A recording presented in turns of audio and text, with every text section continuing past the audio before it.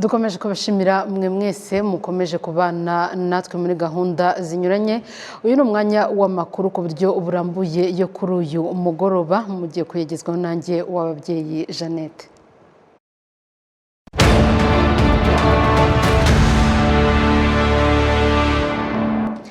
Aya makuru tuyahere mu ntara y'Amajyepfo aho urubyiruko ruhugurirwa mu kigo cy'urubyiruko cya Huye rushima ko ubumenyi ruhakura rubafasha guhatana ku isoko ry'umurimo.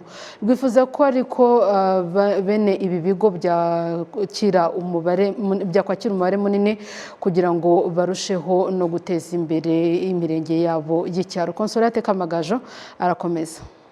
Semuhungu Jean Damascene na Mbabazi Clemence ni rumwe mu rubyiruko rwo mu karere ka Huye ruhugurwa mu bijyanye n'ikoranabuhanga ku kigo cy'urubyiruko cya Huye. Ubumenyi bahabwa ngo burabafasha mu buzima bwabo bwa buri munsi, cyane ko muri iki gihe ikoranabuhanga ari kimwe mu byifashishwa mu bintu byinshi. Twari dufite business nk'urubyiruko ijyanye n'ubworozi bw'amatungo magufi, ntabwo twari tuzi ko ushobora kuba washyira itungo rigufi ku mbuga nkoranyambaga ngo ubashe kubona abakiriya, ariko byarashobotse. Icyo nicyo kintu cyiza ku rubyiruko wenda navuga iki kigo cyatumariye. Mu bijyanye n'ikoranabuhanga batwigishije uko wafungura email ndetse ukayikoresha ibigufitiye akamaro kugira ngo uyikoreshe wenda uganira n'abandi biraba bisanzwe. Nk'ubu ngubu ndimo ndareba nyine ko gutangira kwaka inguzanyo byatangiye ndetse nkakoresha na email kugira ngo ndebe ko bansubije. Buri mwaka iki kigo cy'urubyiruko cya Huye cyakira urubyiruko ruri hagati y'180 na 200 bagahugurwa hagati y'amezi 3 na 6. Urubyiruko rugana iki kigo rurasaba ko bareba uko bahagura kuko aho bigira ari hato, ndetse ngo bifuza ko banabongerera amezi biga kugira ngo babashe kurushaho kunoza ibyo biga. Ni hato yigereranyije kuko urabona ahari abantu babohera abandi wenda baba bari mu kwiga bino bintu by'umuco, natwe hano ni hato cyane. Ugasanga none niba ariko turi hano harimo n'abandi bari gusoma barabangamiranye. Ubwo ibyiza wenda bakongeraho gatoya ariko bakanagura kugira ngo abantu babone ko ari nabeshi, kuko ari n'umuntu utaza atari ubushake bwe, ahubwo ari kubwa mpamvu yaje agasanga umubare waruzuye. Ubwo yasuraga iki kigo, Minisitiri w'Urubyiruko n'Umuco Rosemary Mbabazi yasabye urubyiruko kureba uko babyaza umusaruro uhagije aho bakorera mu gihe hakirebwa icyakorwa ngo bahagure. Minisitiri Rosemary Mbabazi yanavuze ko ari ikibazo gikomeye kuba ibi bigo by'urubyiruko biri hafi y'uturere gusa. Iki kibazo ngo baracyaganira uko cyakemuka. Ni ikibazo gikomeye dufite, ntago amasantere ari ahantu hose mu mirenge. Ni ukubera na mikoro, ariko turi mu biganiro na Mineduc ku buryo hamwe ahari amashuri ya TVET ari hafi mu mirenge dushobora gushyiramo izo serivisi z'urubyiruko. Ibigo nderabuzima ahantu hamwe cyangwa inyubako za leta ziri mu mirenge hirya no hino zitarimo gukoreshwa tukaba twazifata tukazihindura mu santere z'urubyiruko, tudategereje kubaka inyubako dushobora kutabona muri iki gihe cyihuse. Ni ikibazo natwe tuzi ko kitubangamiye, ariko muri ubwo bufatanye n'inzego zitandukanye tukumva tuzageza serivisi ku rubyiruko hirya no hino. Uretse iki kigo cy'urubyiruko kiri mu mujyi hagati wa Huye, hanasuwe kandi ikigo cy'urubyiruko cyo mu murenge wa Ngoma, aho urubyiruko rumurikiramo ibyo bakora. Ikigo cy'urubyiruko cya Huye cyatangiye muri 2001, aho cyari gifite inshingano zo gupima sida no gutanga ubujyanama kuri sida. Mu mwaka wa 2009 nibwo batangiye guhugura urubyiruko ku bijyanye n'ikoranabuhanga, ubukorikori, imyuga itandukanye irimo ubudozi, ndetse bakanigisha ibijyanye n'umuco birimo kuboha uduseke no kubyina. Consolate Kamagaju mu karere ka Huye.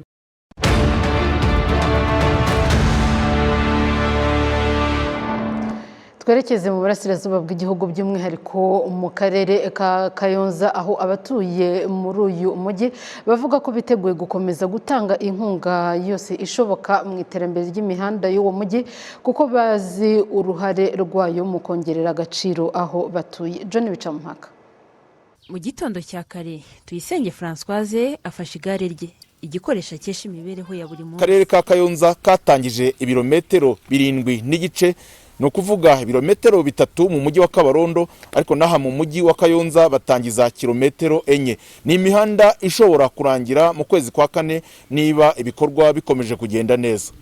Ibi biravugwa n'abatuye akarere ka Kayonza mu gihe ako karere katangiye gukora imihanda ya kaburimbo ireshya na kilometero zisaga 7 mu mujyi wa Kayonza na Kabarondo. Abatuye aho iyo mihanda itaragera nabo batangiye kwishakamo ibisubizo ngo nabo bibonera imihanda myiza binyuze mu miganda, aho buri muturage umuhanda uzanyurira mu butaka azigomwa metero 3 z'ubugari, ariko ngo biteguye no gushyiraho ubushobozi bwose bushoboka, cyane ko bamaze kubona ko iyi mihanda izahindura isura y'umujyi wa Kayonza kandi inongerera agaciro ubutaka batuyeho. Umujyi wa Kayonza kugira ngo utere imbere akenshi bigirwamo uruhare n'abaturage, aribo twebwe, bikagirwamo uruhare n'ubuyobozi mu bikorwa remezo badushyiriraho mu bijyanye n'igishushanyo mbonera cy'akarere kacu, ariko by'umwihariko aho n'umujyi umajije kuba umujyi wunganira Kigali. Twebwe icyo twiyemeje ni ukugira ngo dutange ku butaka bwacu byibura umuhanda ubashe kubona aho unyura, kandi ikindi bikaba bizongerera agaciro ibibanza byacu twari dufite bidafite agaciro. Twashyizemo n'ubushobozi bwo gukoresha uburyo bw'amaboko, tugakoresha amaboko kugira ngo tubashe gushyiramo uruhare rwacu. Ikindi hari n'abafite uburyo bw'amafaranga bashobora kwitanga make make kugira ngo dukore twishyiremo laterite, bityo imihanda ibashe kugenda byoroshye ko abaturage basha gukora ibikorwa byabo nta nkomyi. Gutembera kujya gusura umuturanyi byari bigoye, ntabwo twabonaga aho tunyura nk'uko mubibona, twanyuraga mu ntabire. Ubuyobozi tuza kubusaba yuko bwadufasha tugakora uyu muhanda kugira ngo gutembererana bijye byoroha, aribwo twemeye kwigomwa metero 3 buri muntu aho umuhanda ugiye kunyura kugira ngo iki gikorwa kigerweho neza. Ubu butaka bwacu nabwo buhise bugira agaciro cyane, kuko aha hantu kuri master plan ya 2020 hagiye mu gice cy'umujyi wa Kayonza, ariko kubera nta mihanda yari ihari kugira ngo ubone nk'umuntu wahagura ikibanza byari bigoye. Byatugoraga cyane kuba twagera ku muhanda. Turashaka kugira ngo noneho dukomeze dushyiremo ingufu ku buryo na kaburimbo ejo izatugeraho. Turashaka ko dukomeza tugaca n'iyindi mihanda byose tukagira iterambere mu mudugudu wacu no mu karere no mu murenge hose. Mu gutangira kwishakamo ibisubizo mu bijyanye n'iterambere ry'imihanda, ubuyobozi bw'akarere ka Kayonza buvuga ko buzakomeza gufasha abaturage mu iterambere ry'imihanda igize uyu mujyi mu rwego rwo gushyira mu ngiro gahunda yo guhindura uyu mujyi nk'umwe mu yunganira umujyi wa Kigali. Ubuyobozi bw'akarere buzafatanya n'abaturage gutunganya uyu muhanda, kandi hari n'ikintu tubona gikwiye, tunashishikariza n'abandi bose abaturage kugira uruhare mu bibakorerwa, kuko ahangaha ni umuhanda w'ibirometero 10. ngira ngo murabizi yuko uyu nguyu akarere ka Kayonza kari mu turere muri secondary cities cyangwa se imijyi izunganira Kigali. Rero ibi birahuza na gahunda akarere gafite muri rusange ko gukomeza gutunganya imihanda iri mu mujyi no mu nkengero zawo. Akarere ka Kayonza kavuga ko kazakomeza kwagura imihanda yaba ya kaburimbo cyangwa y'igitaka uko ubushobozi buzagenda buboneka, ari nako abagatuye nabo bazagenda bishakamo ubushobozi mu kwiyubakira imihanda. John Bicampaka, Televiziyo Rwanda, Kayonza. Umugore w'imyaka 27 y'amavuko Tuyisenge Françoise ukora akazi ko gutwara abagenzi ku igare yemeza ko igare ryamubereye uburyo bwo gukemura ibibazo mu mibereho ye ya buri munsi. Witonze Providence Shade yafatanyije na Mushimire Joseph badutegurira inkuru ikurikira. Mu gitondo cya kare Tuyisenge Françoise afashe igare rye, igikoresho akesha imibereho ya buri munsi. Tuyisenge Françoise avuga ko yafashe icyemezo cyo gutwara abagenzi ku igare kubera ibibazo by'imibereho yagombaga gukemura wenyine mu rugo. Ndi umunyonzi, ntwara abagenzi n'ibintu. Igare nari ndifite nkajya ndaza nkabona ukunda abandi banyonzi bakora, mpita mfata icyemezo cyo kuza kuba umunyonzi. Ndavuga ati igare ryanjye niryo ngomba gukoresha nkajya mbona amafaranga. Ndangije ndaza nza kwiga amategeko y'umuhanda hano i Kabuga. Ndangije nkajya ndiga ngataha, amafaranga nari nyakeneye kubera ko ntago nari kwiga. Mfite n'abana 2 b'abahungu ngewe kandi ninjye ubarera nkenyine. Ntago rero nari kujya niga ngo ntahe ngere mu rugo nta kintu kiri abana. Nashatse umugabo turatandukana. Ubundi rero mu bundi buzima busanzwe umwuga wo gutwara igare ubasha kungaburira, nkagaburira n'abo bana banjye, nkabambika nanjye nkiyambika, nkabarihirira n'ishuri, nkishyura n'inzu. ariko ngerageza no kwizigama kuko hari itsinda mbamo nizigama 1,000 cya buri munsi kuko nshaka kugira ngo iyo provisoire nshake na perime itararangira kubera ko irangira. Mbere yo kujya mu muhanda Tuyisenge Françoise abanza gukora zimwe mu nshingano zo mu rugo zirimo no kwita ku bana. Yambyutse mu gitondo mbanza gutegura abana kubera yuko n'ubundi kubera abana ari ngiye tuba turi kumwe ntegereza ko babyuka ubundi nkabakarabya mu maso nkabatunganya neza haba hari ikintu cyaraye muri teremusi kubera ko nkunda guteka igikoma nkagisiga muri teremusi nkabaha ubundi narangiza nanjye nkitegura nkajya mu kazi. Ndakora byagera nka 4:30 cyangwa 5 hari icyo nabonye nkajya mu isoko ngahaha namara guhaha nkazana ibyo guteka nyine nagera mu rugo ngacana imbabura abana ngasanga bari mu rugo ngateka mu gihe nteretseho ku isafuriya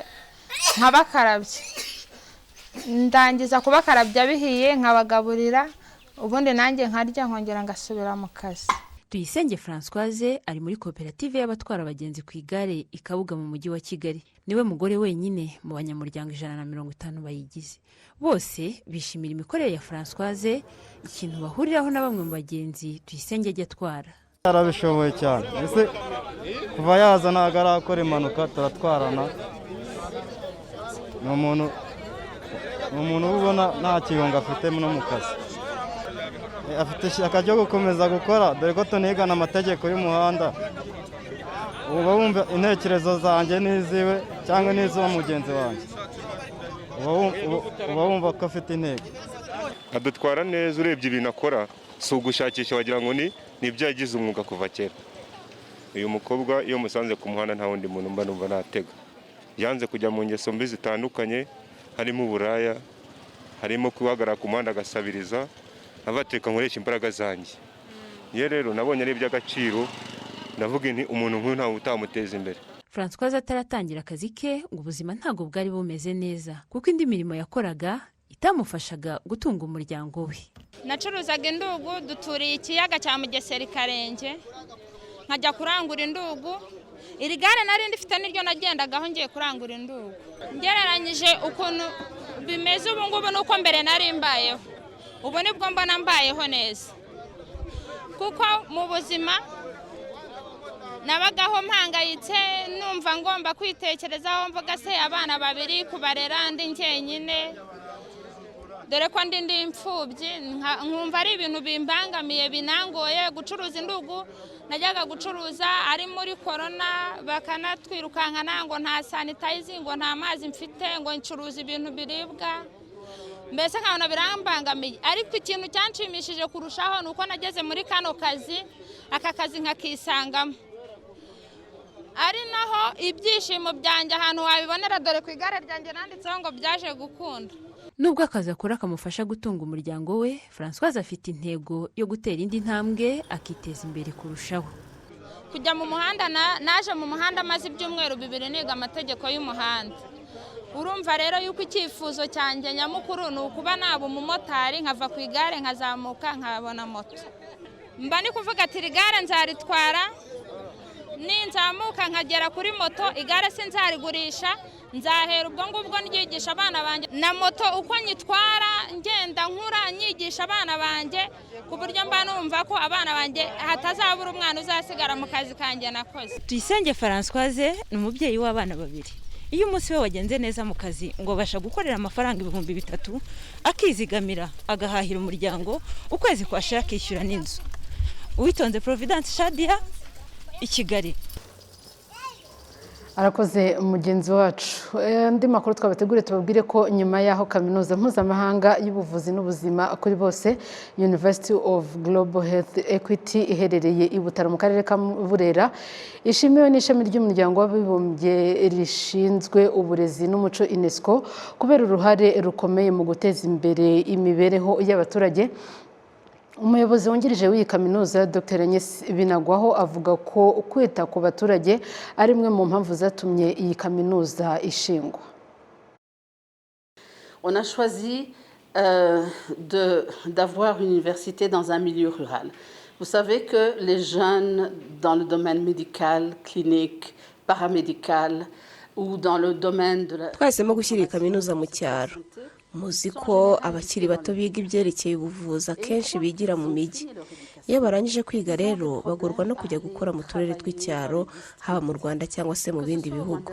Twahisemo kuza mu bice by'icyaro rero ngo twerekane ko umuntu yaba mu cyaro akamererwa neza, akahakurira kandi akagendana n'isi, akamenya udushya duhangwa mu rwego rw'uburezi, mu buvuzi, akamenya uko yakorana n'abaturage, ikintu kititaweho igihe kinini. Mu kubikora rero bitumye abanyeshuri bacu barangije boroherwa no kujya gukora mu bice by'icyaro aho baba bakenewe cyane.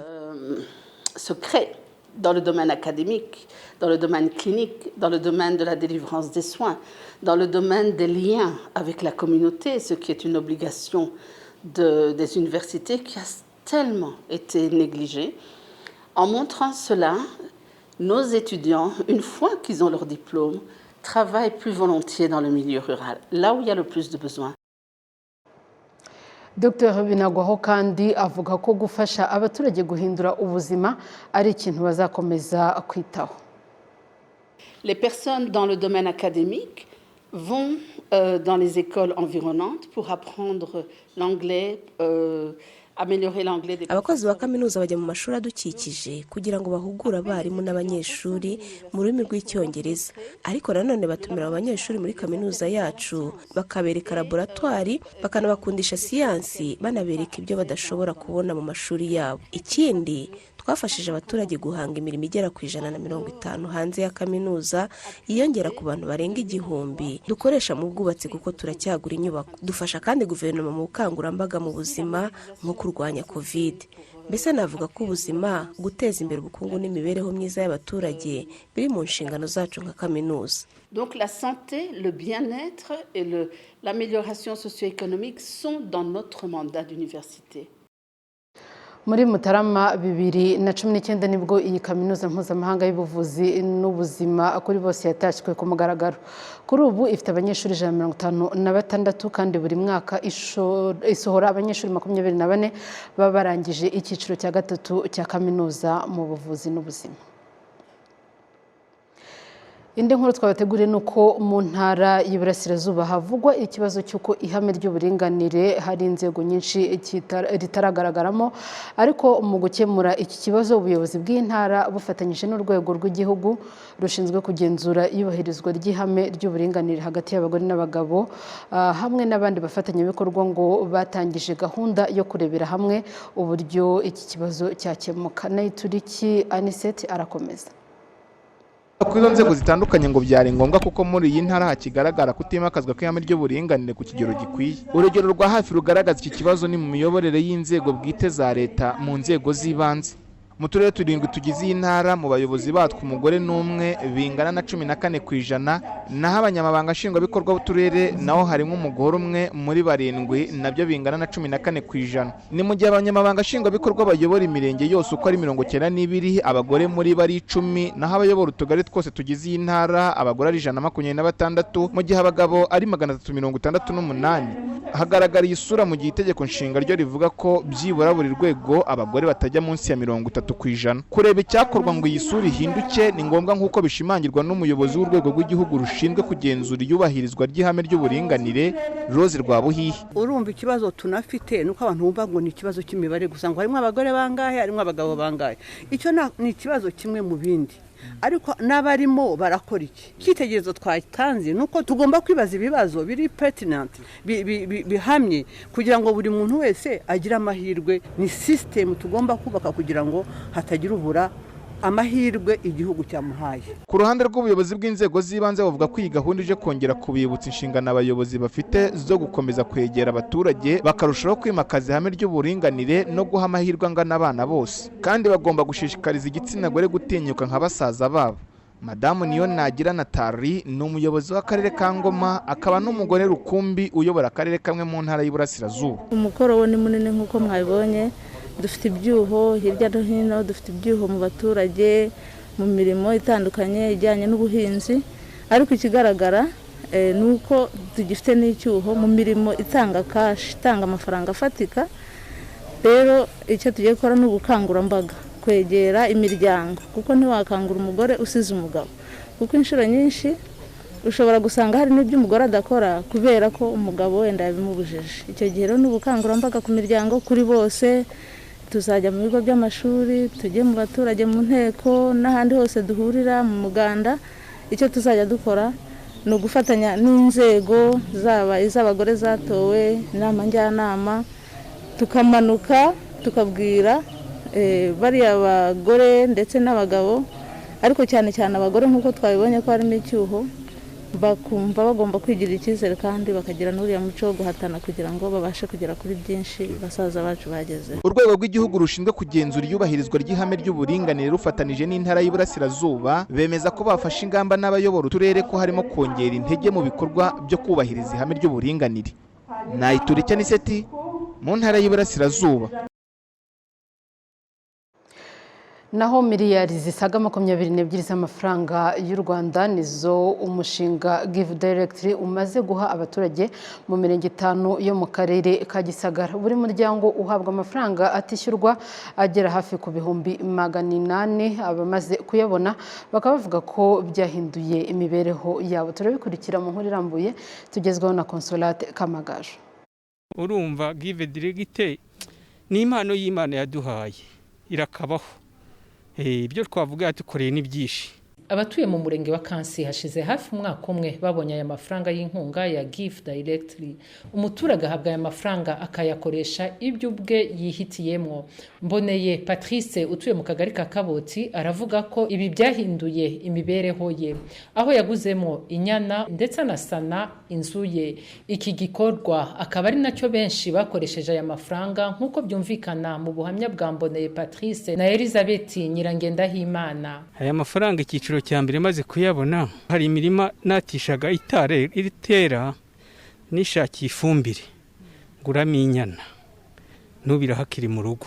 Hari igiciro cya kabiri buriya hariya muri saro nta ntebe zabagamo, nahise nigurira intebe mpita nongeraho iyi nzu. Ndavuga ati giye kunda kwiyicarira mu rugo. Ikindi nabona nakora cyane nigurira ka televiziyo buriya karimo, ndagafungura nkareba imipira nkagira gute. Amafaranga bampaye nayasanisheje inzu, nubaka inzu ebyiri, iyo mu gikari n'iy'imbere. Birangije nabonaga ko umwana nari mfite yarakeneye igare ryo gukoresha, kandi muzi ko igare rikora ibintu byubaka urugo nk'agafumbire, nko gusarura imyaka mu rugo. Give Directly turagahorana amahoro. Give Directly wabaye umugabo w'abapfakazi. Imiryango isaga 90% yo mu murenge wa Kansi kuri ubu itunze inka, biturutse ahanini ku nkunga yatanzwe na Give Directly. Umuyobozi w'akarere ka Gisagara Rutaburingoga Jerome avuga ko ibi bitanga icyizere mu kugabanya umubare w'abakene bari munsi y'umurongo w'ubukene muri aka karere. Asura uyu murenge wa Kansi muri gahunda yo kureba ahanini icyo uyu mushinga wa Give Directly umaze kugeza ku batuye muri aka karere. Umunyamabanga wa leta muri Minisiteri y'Ubutegetsi bw'Igihugu Madame Ingabire Assumpta yasabye abaturage kubyaza umusaruro inkunga batewe n'uyu mushinga ku buryo intambwe bamaze kugeraho itazasubira inyuma. Harimo impinduka ikomeye. Urabona ko abaturage ubuzima bwabo bwazamutse, ngira ngo mwabibonye ibyo bivugiye, abubatse amazu, abaguze amatungo magufi, abaguze inka. N'amafaranga leta y'u Rwanda yafatanyije n'umufatanyabikorwa kugira ngo aze. Icyo bagomba kumva igihe yaje bayabyaza umusaruro, ntibumve ko ari ikintu cy'ubuntu. Kuba adasubizwa ntabwo wabyita gutyo, kuko icyo dukeneye ni kivana umuturage mu bukene. Hashize hafi imyaka 3 uyu mushinga ugeze mu karere ka Gisagara, aho umaze kugera mu mirenge 5 ku mirenge 13 igize aka karere ka Gisagara. Consolate Kamagaju mu karere ka Gisagara.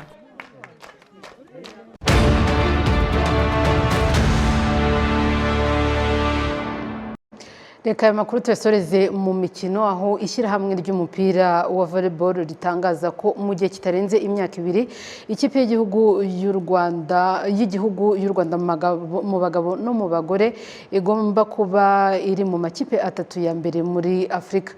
Ibi ariko ngo bizaba mu gihe bazaba bamaze gukurirwaho ibihano bafatiwe. Jean Claude Kwizera aratugeze nk'irambuye.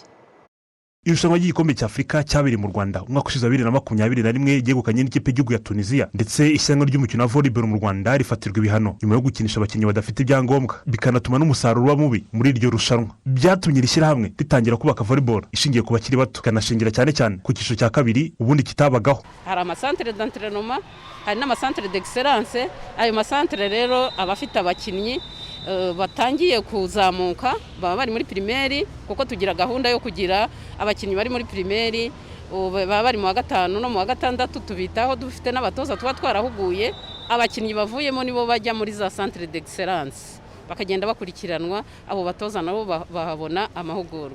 Mu makipe y'abagabo icyiciro cya kabiri kirimo amakipe 12 noneho mu cyiciro cy'abagore cyangwa cy'abakobwa ko ari abanyeshuri dufitemo amakipe 6 urumva ko ari menshi. Hanyuma muri centre d'excellence rero dufite centre d'excellence 5 kugeza ubu ngubu ariko rero zizakomeza kugenda ziyongera. Ibikorwa bya volleyball bishingiye ku bakiri bato mu gihe bizaba bikozwe neza kandi bigatanga icyizere cy'ahazaza heza. Hari bamwe mu bafatanyabikorwa ba FRVB bavuga ko bazakomeza gufatanya n'ishyirahamwe kugira ngo abafite impano bakomeze gushyigikirwa.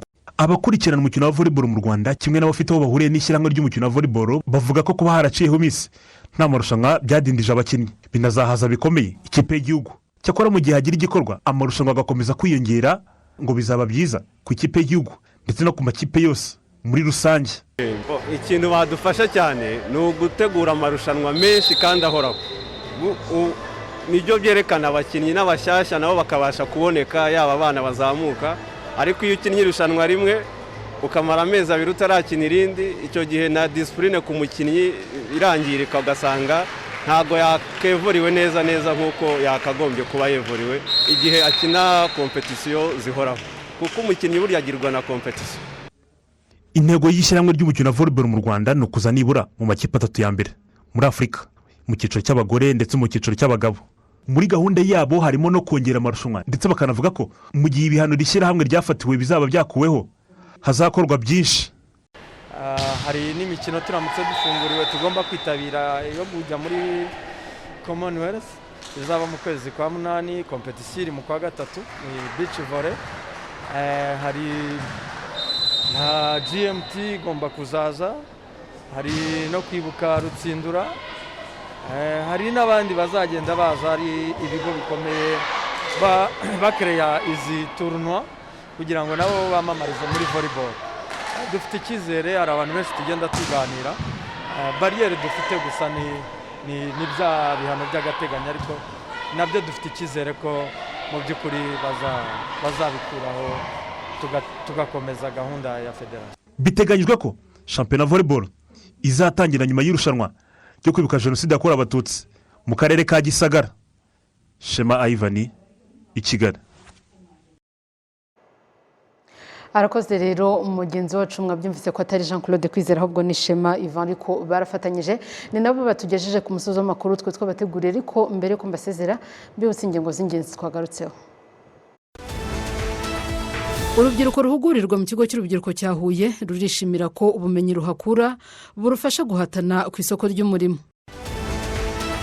Abatuye mu mujyi wa Kayonza baravuga ko biteguye gukomeza gutanga inkunga mu iterambere ry'imihanda y'uwo mujyi kuko byongerera agaciro aho batuye. Umugore w'imyaka 27 y'amavuko Tuyisenge Françoise ukora akazi ko gutwara abagenzi ku igare yemeza ko igare ryamubereye uburyo bwo kwikemurira ibibazo. Naho ishyirahamwe ry'umukino wa volleyball riratangaza ko mu gihe kitarenze imyaka 2 ikipe y'igihugu y'u Rwanda mu bagabo no mu bagore igomba kuba iri mu makipe 3 ya mbere muri Afurika. Ndabashimiye cyane rero kuba mwabanye natwe. Indi gahunda y'amakuru ku buryo burambuye mu Kinyarwanda ni ku isaha ya 2 tuze guhura kuri iyo saha ariko n'ubundi ntimujye kuri televiziyo y'u Rwanda ku izindi gahunda zirakomeza.